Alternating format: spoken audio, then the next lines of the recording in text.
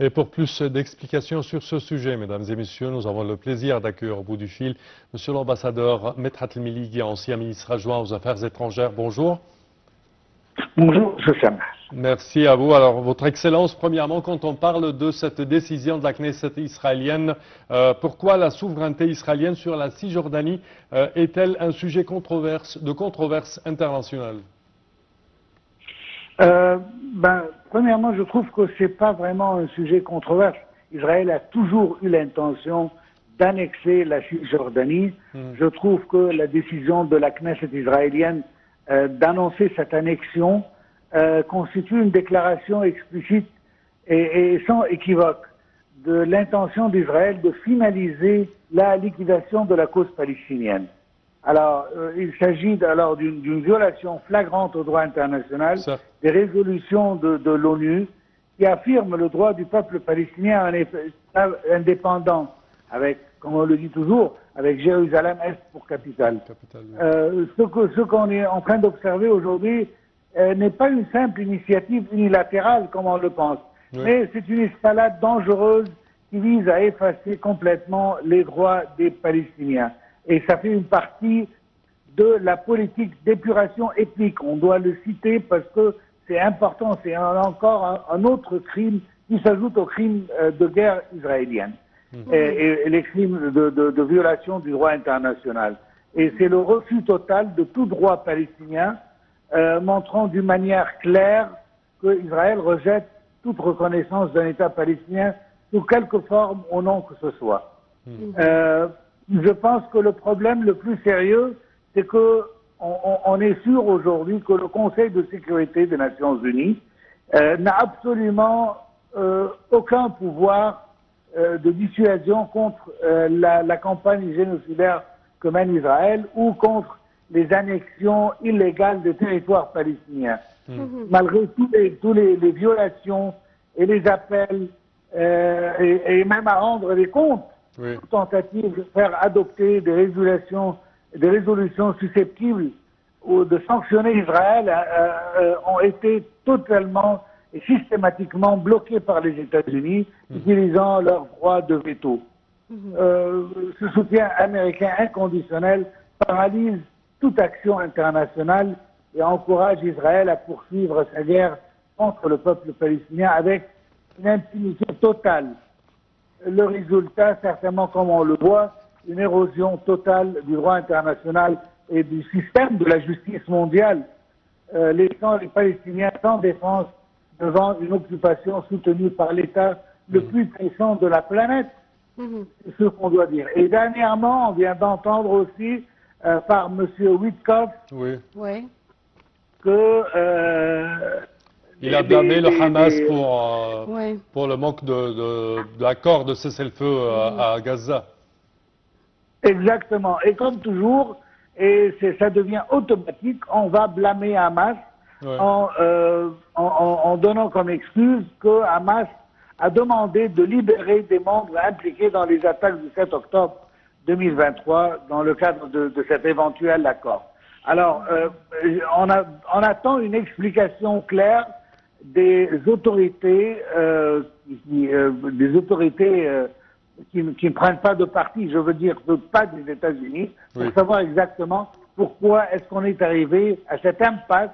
On est vraiment dans une situation, une étape qui est très délicate avec le passage à un tournant vraiment dangereux et on a vraiment peur pour le futur du peuple gazoui qui maintenant est en train de combattre la famine et que ne peut pas supporter un jour de plus avec ce que j'appelle des rigolades, avec ces négociations qui doit totalement accepter les demandes israéliennes, impossibles parfois à réaliser, en toujours blâmant Hamas pour les résultats négatifs de ces négociations. On s'attend à quoi avec l'entretien d'urgence entre Paris, Londres et Berlin sur la situation à Gaza qui doit avoir lieu aujourd'hui d'après le Premier ministre britannique Keir Starmer? Permettez-moi premièrement de parler de quelque chose que je trouve très important. Malgré qu'il y a des signes passés positifs, on a vu sur la plateforme X, déjà le président français annonçait clairement cette fois que la France va reconnaître finalement l'État palestinien. En septembre, mais cela, pardon, au mois de septembre, je crois. Au mois de septembre, lors de l'Assemblée générale des Nations Unies. Mais moi, ce que je trouve vraiment inouï, c'est la position européenne en général. Et il est très important de parler de cette position européenne. En ce qui concerne les États-Unis, on est tous sûrs que les États-Unis ne vont jamais épargner un effort pour soutenir inconditionnellement Israël. Israël jouit d'un arsenal américain sans même devoir payer quoi que ce soit pour recevoir ses armes et ses munitions. Alors, c'est impossible à qui que ce soit de confronter Israël si Israël jouit d'un tel privilège. Parce que pour d'autres instances, que ce soit des pays ou autres, personne ne reçoit des armes sans devoir payer pour ces armes. Quant à Israël, Israël a un arsenal ouvert devant elle, et même on a parlé que les dernières inventions technologiques américaines sont déjà sous la possession d'Israël. En tout cas, moi je parle maintenant de l'Europe, qui se présente souvent comme, même au moins du point de vue moral, bienveillante envers la cause palestinienne, et offre même parfois des aides humanitaires et prononce des condamnations verbales. Mais honnêtement, selon moi, je trouve que cette image n'est qu'une façade masquant une position profondément contradictoire. Tandis que l'Europe donne l'illusion de l'empathie, elle refuse catégoriquement d'imposer des sanctions concrètes contre Israël, devenant ainsi, et je le dis d'une manière claire, complice des violations en cours. Et pour expliquer mieux cela, alors je dis tout simplement, lorsque la Russie a envahi l'Ukraine, l'Europe a imposé une série de sanctions strictes et croissantes. Dès les 2 premières semaines du conflit, jusqu'à aujourd'hui, en 2025, on est en train de témoigner la 18e vague de sanctions qui est en train d'être mise en œuvre contre la Russie. Cela prouve tout simplement que l'Europe dispose des moyens et même la volonté politique d'agir de façon décisive quand elle le souhaite.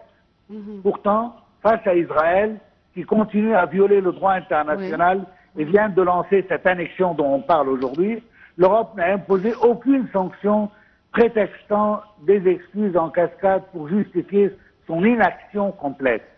Ce double langage, cette duplicité, même cette hypocrisie révèle du véritable visage de la position européenne. On ne doit pas se laisser duper. La position de l'Europe n'est pas plus éthique que celle des États-Unis. En fait, elle est peut-être pire et plus rusée. Je trouve que, alors que les États-Unis soutiennent ouvertement Israël, l'Europe tente de dissimuler les violations sous un vernis humanitaire sans substance, accompagné de gestes symboliques qui sont vraiment vides de sens. Alors là, il est très important parce qu'on parle du rôle européen.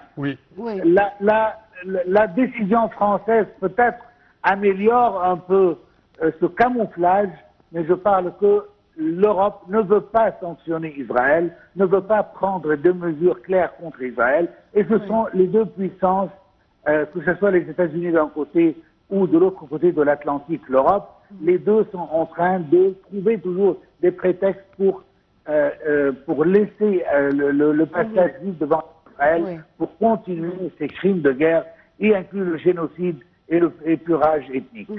Merci l'ambassadeur Medhat Emiligi pour vos explications. Une petite pause et on revient tout de suite.